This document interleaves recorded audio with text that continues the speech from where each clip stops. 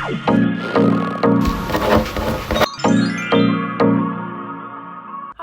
to my channel, welcome back to my channel. Today we're going to be using my spinner wheel to select our book for the week. Obviously I tend to read more than one book in a week, but I thought it'd be fun just to choose one book and see where we go. As normal, we're going to use our physical TBR book. So yeah, I'm going to spin the wheel, we're going to see it, and then we can get into the video. Okay, are we ready? So in 3, 2, 1, here we go.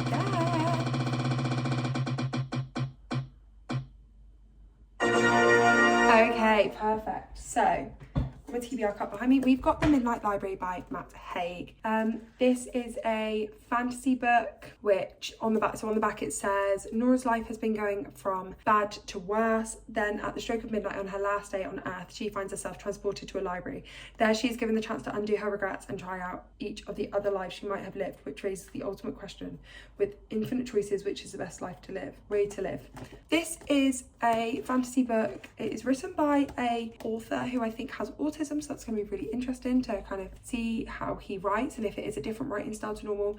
The chapters in it seem to be like short and snappy, so I'm very interested to get into this book. This book has been piquing my attention recently, so looking forward to getting into it, and I will check back in with you guys in a bit when I have more thoughts and feelings on how I'm doing. It's finally time to pick up The Midnight Library. So I filmed the intro in March maybe, spun the wheel, worked out what book it was, and it is now May, so I'm very excited to pick it up.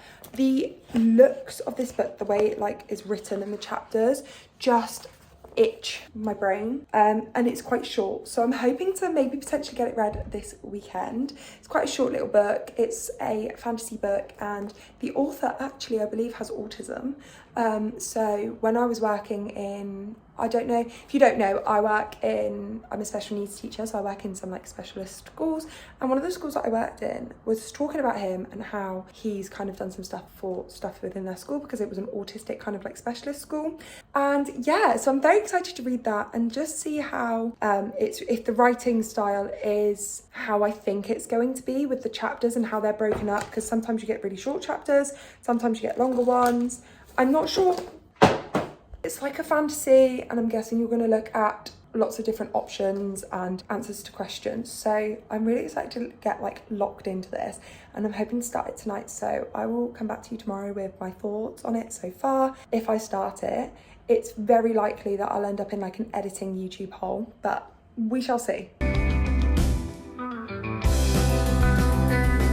Hi guys, I thought I would give you an update on Midnight Library. So I am now about 20% of the way through. I have been enjoying it. It's not one that I'm necessarily rushing to go and read. I don't have like the desire to go and read it. I'm not like, oh, I need to sit down and read it. And in fact, actually, I've not worked obviously all weekend and not worked today, and I'm only 60 pages in and I've not read anything else. I finished Bad Blood on Saturday. So I've had kind of Sunday and Monday to get as far through as I can do and read as much as I can, and I'm 60 pages in. I've just not been wanting to read it. Now, part of it could be because of the book, but part of it could also be because I've started watching or continued watching The Office US, and if you've watched it, you'll understand that that show is like a black hole. It just sucks you in because it's such short episodes. I'm very much there, kind of like, oh, it's only another 20 minutes. And then next thing you know, it's 4 o'clock and I'm FaceTiming my best friend. And she's like, why are you brushing your teeth at 4 p.m? And I'm like, oh, I've only just got out of bed for the day.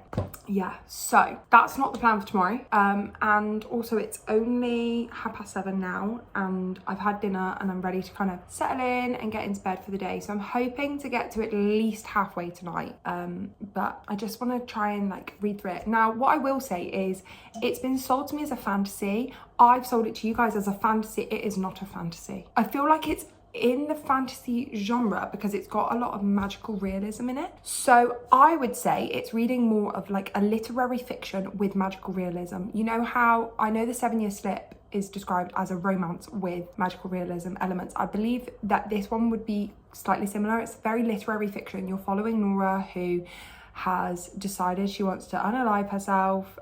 However, she's put in this library where she can go back and face any of the decisions she's regretted. So whether that be not picking a certain career, not picking a certain like partner. You can go back and she can see the lives that she's lived then. And I believe if she's happy in that life, she might be able to sustain it and stay in it.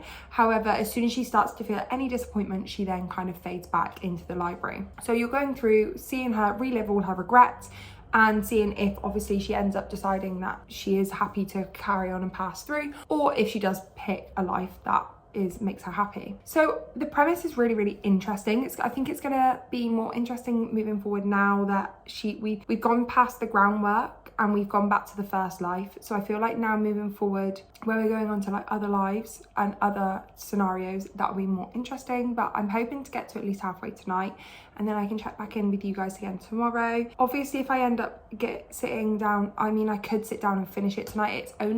It's only like just over 200 pages, so I could sit down and finish it tonight. And if I do, I'll give you my final thoughts tomorrow. But I'm sure I won't. I'm sure I will have to stop and stuff like that because I'm just not grit. But it is a good premise and it is a good storyline. I feel like with literary fiction as well, I do struggle to get grit, so I might read this one for a little bit and then maybe pick up a different book that I've got going on for a different video and maybe like switch between the two. But I don't really want to do that because I do want to focus my energy on this book and read this book and try and immerse myself in the world as much as possible. But I am struggling slightly and I do have the desire to read, so I want to kind of fulfill that. But yeah, I will check back in with you guys when I've got a few more thoughts. And I'm very excited to get an early night because I'm so tired, so I might not even read for that long, because sometimes when I'm like this and I'm like, oh, I'm gonna get into bed, I'm gonna start reading nice and early, I end up falling asleep reading my book. So we shall see, but I'll check in with you guys when I got more thoughts. Let's ignore the pudsey ears and my hair being all crazy. I've just washed it and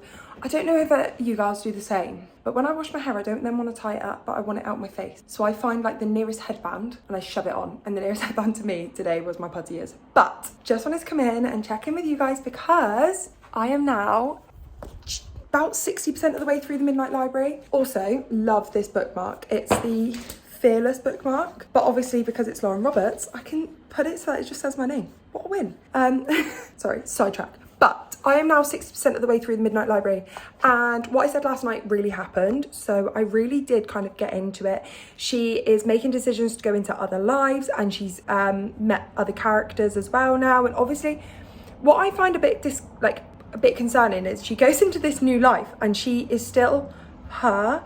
So it would be like, say for instance, my biggest regret was not becoming an actress, right? So it'd be like me going into this Midnight Library saying, I want to go into the life where I'm a successful actress and I'm like living my best life in Hollywood. And I would go to that life, but I would still be me. So I wouldn't know like what movie I'm working on, who these people are, where I'm expected to be. So she kind of just gets dropped in this life and I'm like, oh, it's a bit...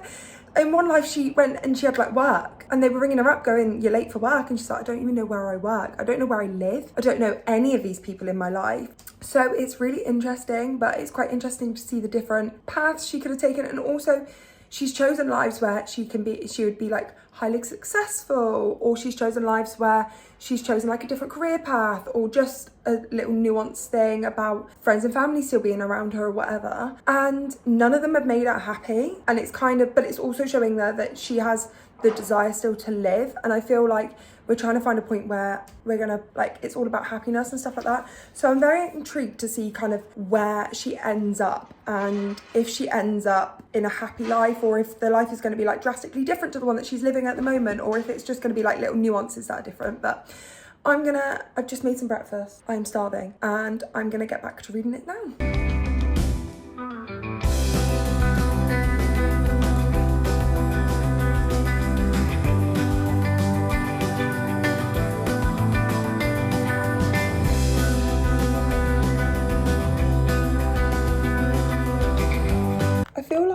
I've just sat down to read a bit more, and I feel like we're getting to the life lesson of the book, I guess. There's a really interesting quote. So in this life, she is a rock star, and she gets asked about like the paparazzi and everything like that. And obviously they ask her a question like, do you ever wonder what life would have been like if you decided to take a different path? And obviously we know that Nora has been taking a variety of different paths throughout her time, obviously, in the Midnight Library. And so I feel like her response is really nice. So I'm going to read the quote for you guys. I think it's easy to imagine there are easier paths, but maybe there are no easy paths. There are just paths. In one life, life I might be married. In another I might be working in a shop. I might have said yes to this cute guy who asked me out for coffee. In another I might be researching glaciers in the Arctic Circle. In another I might be an Olympic swimming champion. Who knows? Every second of every day we are entering a new universe, and we spend so much time wishing our lives were different, comparing ourselves to others, to other people, and to other versions of ourselves, when really most lives contain degrees of good and bad and degrees of bad. I think that's such like a really sweet quote, because that is true to life. How many times do we kind of wake up and we go, oh, I regret not doing this, or why did I do this today, or why didn't I get this done? And yeah, in some lives you probably did get it done, but then in other lives you didn't, and you're fine, and all your decisions are made for a reason. Everything happens for a reason. Every decision is made for a reason, and it's kind of really sweet to think that no path you're on is wrong, and you've always got a chance to change that path. And I feel like Matt Haig really kind of encompassed that sweetly in that one little quote. But I really am enjoying this. I'm really intrigued to see what happens, and I'm loving Nora. I feel like she's such a sweet character the more you're getting to know her. So yeah, that was it. Guys, you can tell when the book is good when I'm currently editing the video you're watching. Just sat editing a couple of the clips that I've got, and I've got about 80 pages left of the book, and I want to be doing nothing else. I'm sat here like fuming at myself because I've got to do some work and other bits and pieces. I just want to be sat reading. I really just want to finish that book. I need to know what happens. I need to know what life she ends up in. If she ends up in her life, I just need to know. I just thought I'd come in and pop this in because I'm fuming. Like, I've got that proper need to read a book, and I've not felt this in a little while. So this editing better be done quick. Let's put it that way.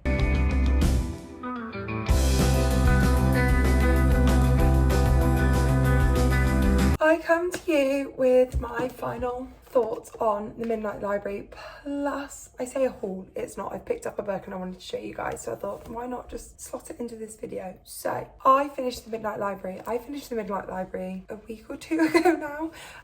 It's been kind of in my mind that I needed to film this clip, but I am filming this quite far in advance as to when the video needs to go out, so I've kind of just been like, oh, I need to film it, oh, I'm busy, oh, I need to film it, oh, I'm not gonna do it today. So I finally wrote it down on my little to-do list, and I was like, right, let's get this final thought clip filmed for you. So Midnight Library, I said in my last check-in that I was enjoying it a lot more, and that definitely carried on. So I continue to really like this. I liked seeing all of Nora's different lives and where she kind of like came to. I like to see the lives where she was happy, but also to see that not everything was happy. And like, obviously a lot of the time that we hold regrets, especially when you get to an adult, when you've had quite key like fork in the road moments. So obviously I would say for me a key one is, do I continue on at my job and potentially look for a different job in a different school, or do I go off and do my masters? Now, if I hadn't have gone off and done my masters, I wouldn't be in Liverpool. If I wasn't in Liverpool, I wouldn't have met my new friends. If I didn't meet my new friends,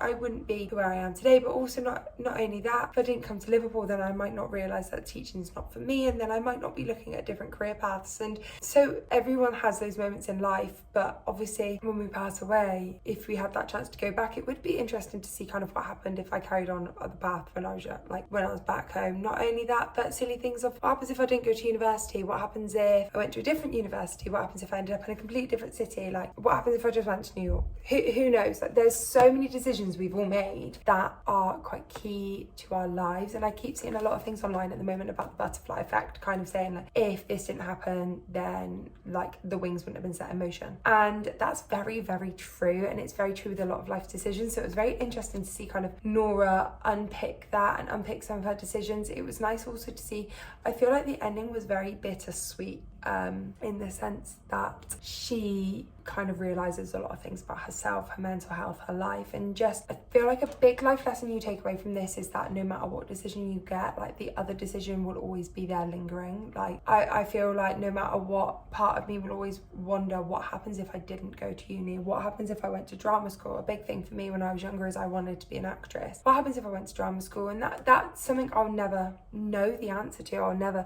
experience it. Now, does that mean I'm not happy with my life? Like, not at all. I'm so happy. I've gone and become a teacher, and I've met some amazing people through being a teacher. One of my bestest friends I met through my old job, and it's kind of those sorts of effects that if I didn't go to uni to become a teacher and do my placement in the school that I did, then I wouldn't have got a job there, and if I didn't get a job there, then I might not be working in special education. And it's crazy to think that one little decision could change it, but it's the way she kind of realizes that actually that just because not necessarily have we kind of gone through every decision in life doesn't mean that we have to be unhappy, doesn't mean that the life we have is not fulfilling, and the life that we're kind of within is not fulfilling and is not like, we can't make that life our own. So I did really enjoy that, and I did really enjoy that aspect and just enjoy that side of the book and kind of like how it made me think about my life as well.